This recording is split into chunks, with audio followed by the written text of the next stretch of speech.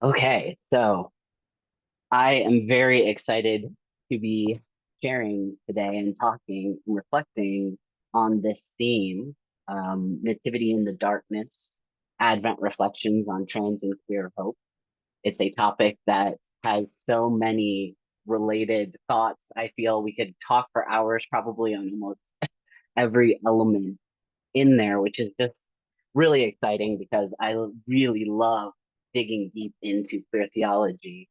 But what I would really like to accomplish in our time that we have together today is I would like to make an argument for LGBTQ participation in the mystical power of the incarnation, while also sharing some examples and stories from my own life to fill it out and give more context. So to begin with, for me, a huge source of hope and a huge moment of spiritual transformation for me was my transition. It changed so much about how I experienced the world, how I experienced other people, how I experienced the church, how I experienced God.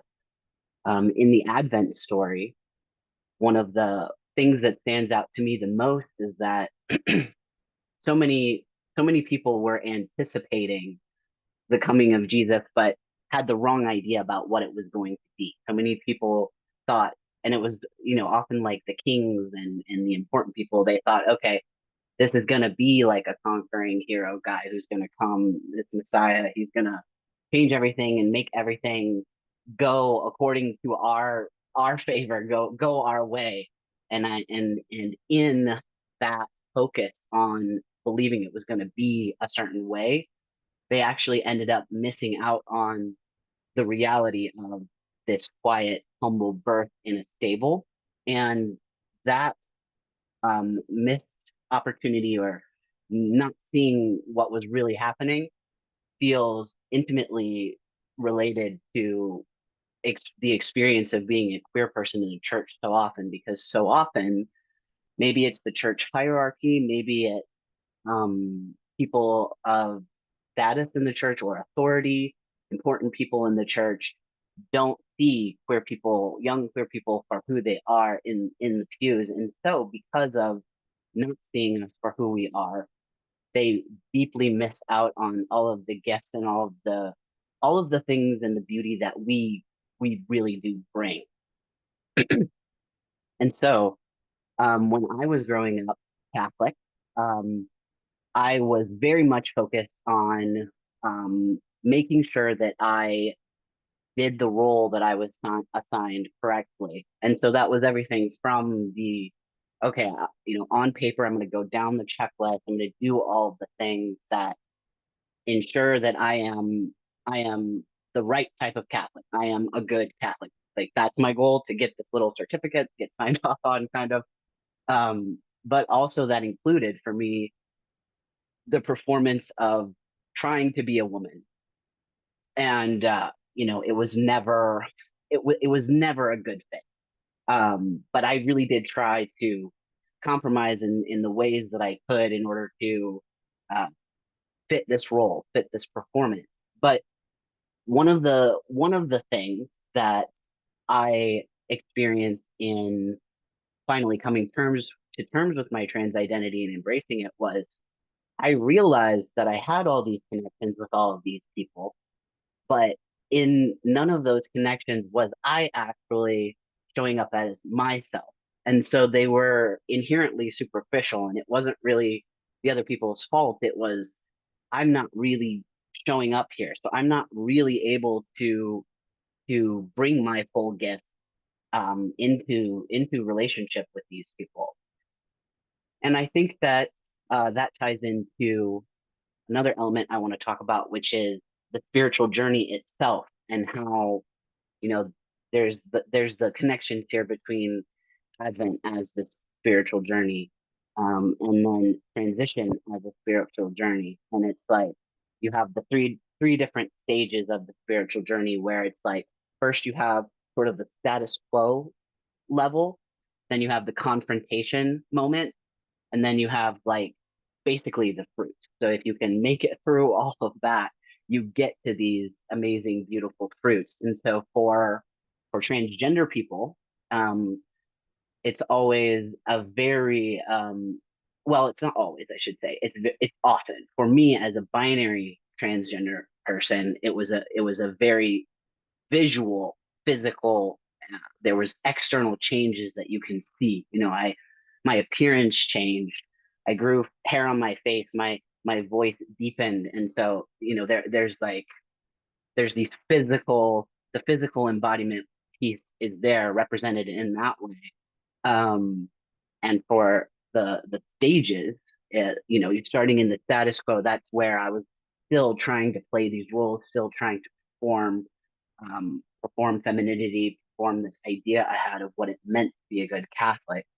And then going into the confrontation for me was really, do I really want to just be like a shadow of a person, and have these shallow connections? And the answer was no. I want something deeper. I want something more true. If all of these things that I'm being taught about God's love and the consequences of God's love are true, then I want to be able to truly pursue them as authentically me. And then into the fruits, which I really, I almost don't have words when I think about how many spiritual fruits I have received and experienced from my transition, because there's just so many with the personal relationship with God, which I just did not know it could be that deep from before, because that shallow relationship with I had with other people extended to God, and so now it just feels like it feels limitless. It feels like there is always more to know, always more ways to grow.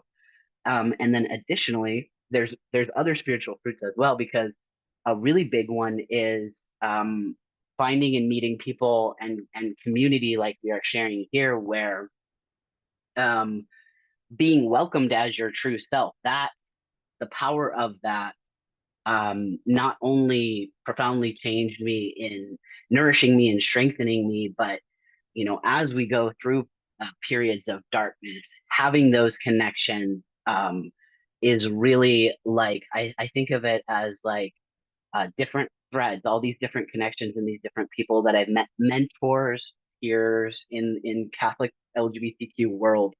It's like all these different threads woven together, and I think of it as like a tapestry of resiliency that has been that I've received. Um, and so, in undertaking this spiritual journey, that's when I came face to face with some essential questions about darkness. So, like, why does darkness exist? Is it possible to overcome darkness?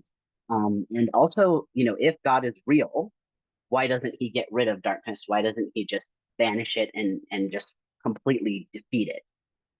And also, there were very difficult things happening, in the first stages of the journey. There were difficult things happening to me in my transition.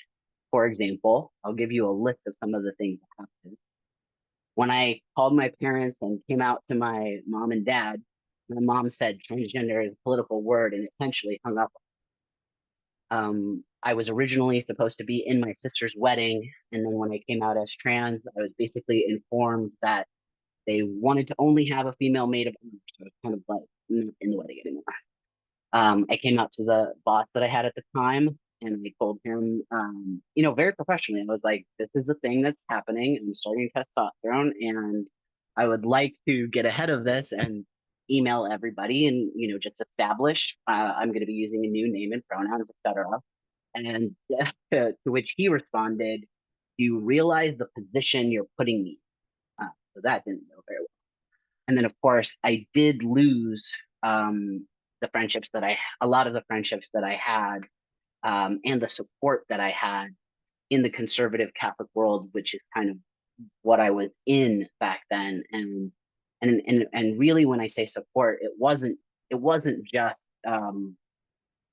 something that I did on Sundays, or it was my whole life was built up of all of these people because it was always like, okay, you need a car mechanic who is a good conservative Catholic that we know that we can trust be that person.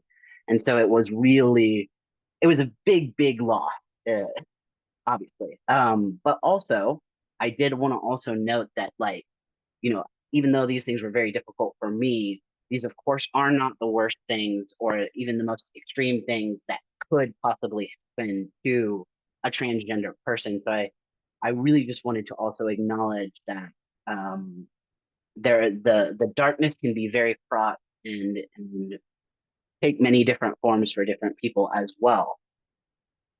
And so for me, during that time going through all of that, um, part of what made part of what made that time challenging as well was the way that transition itself had kind of turned things upside down in how I saw the world. And it made me question things that I used to see as light. And so, uh, in asking these questions about darkness and light, um, I started to focus in on just really examining things that I had been taught, things that had just always been taken for granted.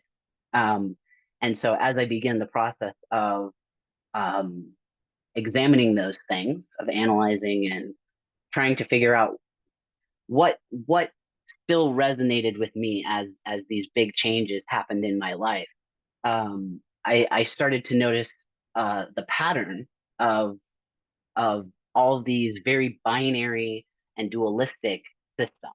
So we have things like before and after, good and bad, male and female, light and dark. And so my transition was challenging these very simplistic, like this or that ideas that there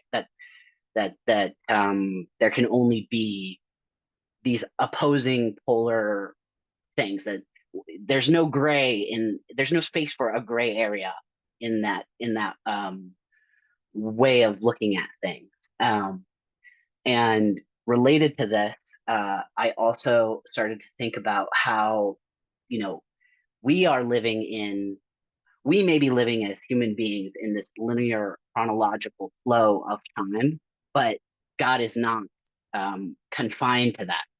And so, like, if we look at the Eucharistic celebration, for example, that is something where we believe that, that all past, present, and future Eucharistic celebrations are all sort of referencing to and uh, returning to the actual Last Supper, and relatedly, the crucifixion as well. These and the incarnation. So these significant moments in the life of Jesus are inexorably and like supernaturally linked together. So the incarnation of Jesus illustrates an essential oneness that transcends time, transcends the binaries, transcends gender, mystically bringing together humanity and divinity. Again, something else that would often be seen as opposing, in a way that permanently surpasses our limited dualistic perspective. And of course, we also believe as well in a mystical union of three in the Trinity. Um, and we know that all things work together for good. That's Romans 8:28.